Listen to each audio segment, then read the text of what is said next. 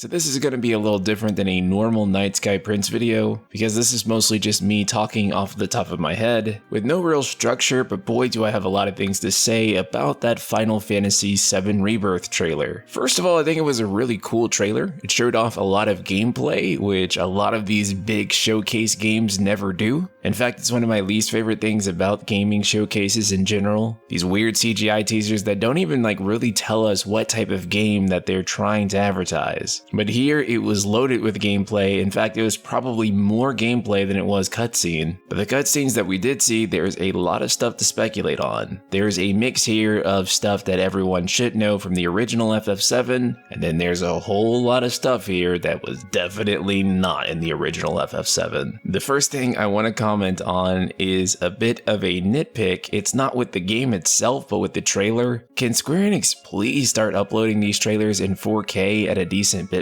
I feel like this trailer was really compressed.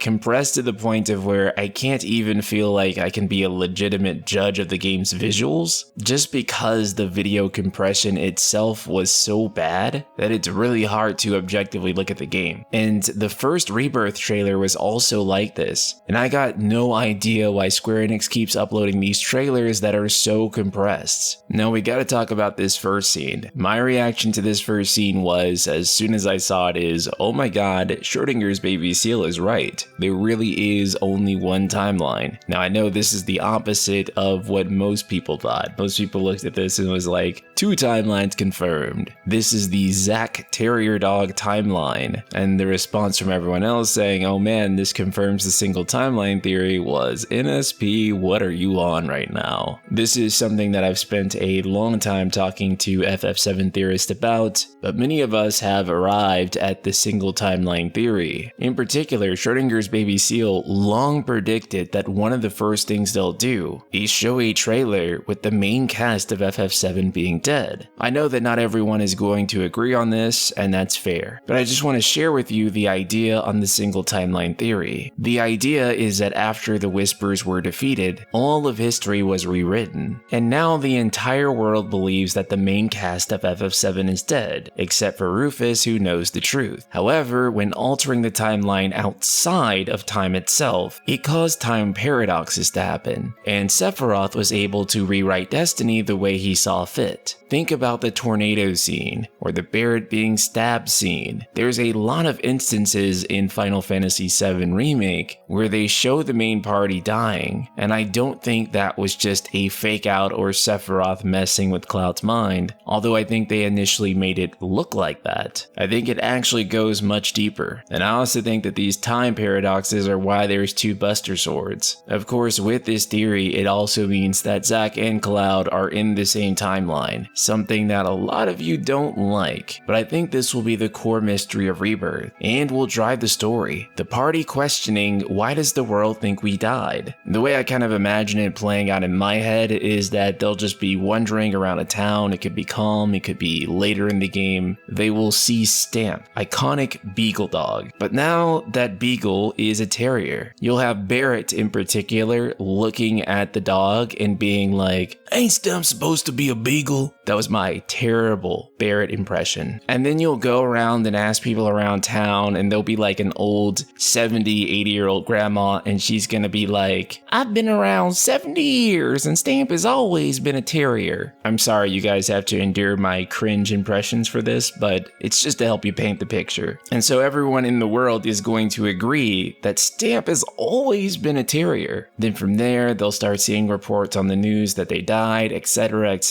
and that will build into the mystery of what is going on. And I think one of the reasons you can see that I believe in this theory is that it actually climaxes here. Whereas the whole 2 timeline theory, it sounds good, but then how does it actually come together as a story? What would be the conflict joining those 2 different timelines together? See, I just don't think that there is anything material there to make that work as a story. I could entirely be wrong, but I think after a lot of discussions with people in the community, it kind of seems like the most logical conclusion to me. and I've become a pretty big believer in it. Because that being said, there's a lot of fake out stuff and mind games going on here, but I do think it's fairly safe to say that this is going to be a fairly different story than what the original was, though it will still include a lot of the original's main beats. We saw a lot of iconic locations such as Junon, and I think that this is going to have a lot of the FF7 moments that you love. However, they are going to be held together by a different narrative glue, if that makes sense. Team attacks, combos,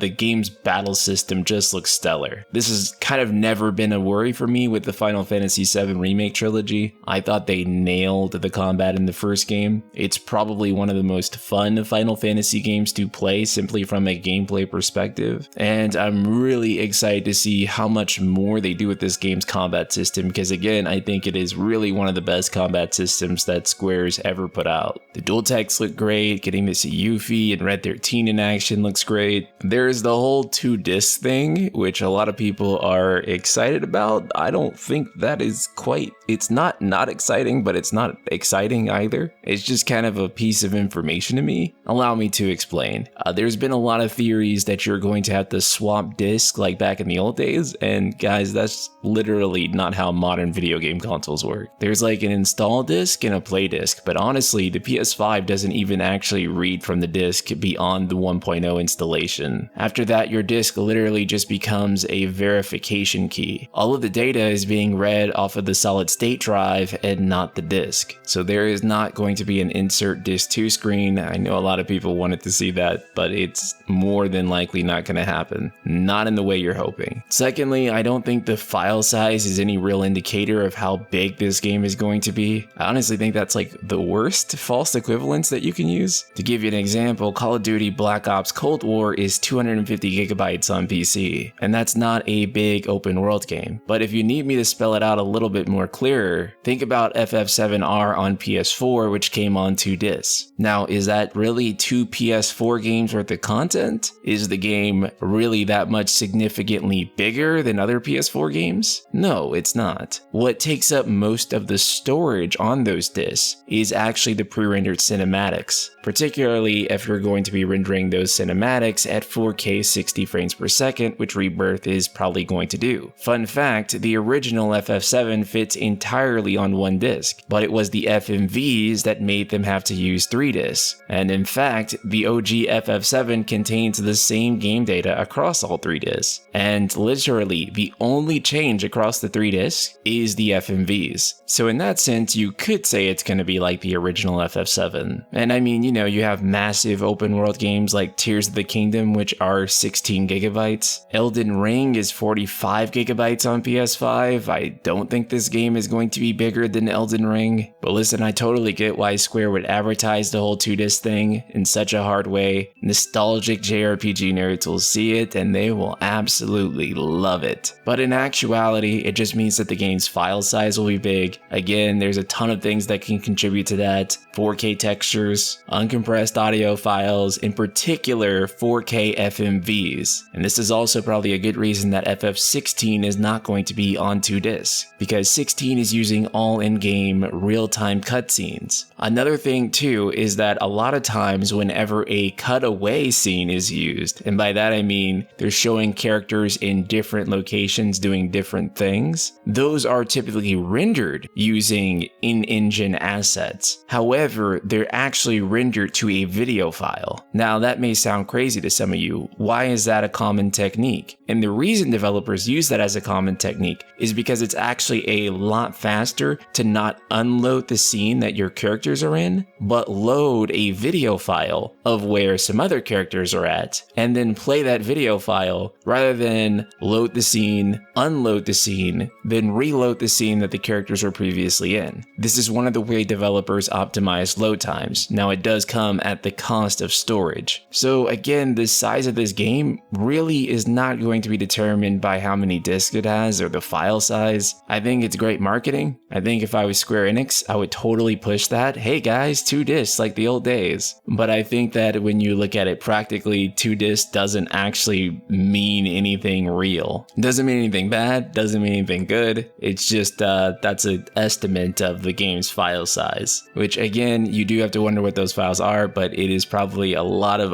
uncompressed data that's going to look very high fidelity and good. So that's all I want to say for now. There's going to be a lot of creator collabs that are going to be happening where we're going to be discussing this, we're going to be discussing Final Fantasy 16, a lot of great stuff. It's a great time to be a Final Fantasy fan, so stop all this like nonsense infighting that so many people have been doing and just enjoy the ride. We have 2 AAA Final Fantasy games coming at one time. If this was anyone else in any other series, they'd just be happy about it. So you should be excited. I'm excited. Can't wait to see more Rebirth. Can't wait to play Final Fantasy 16 in these coming weeks. And I look forward to doing it all with you guys. Hit that subscribe button. I'll see you guys soon.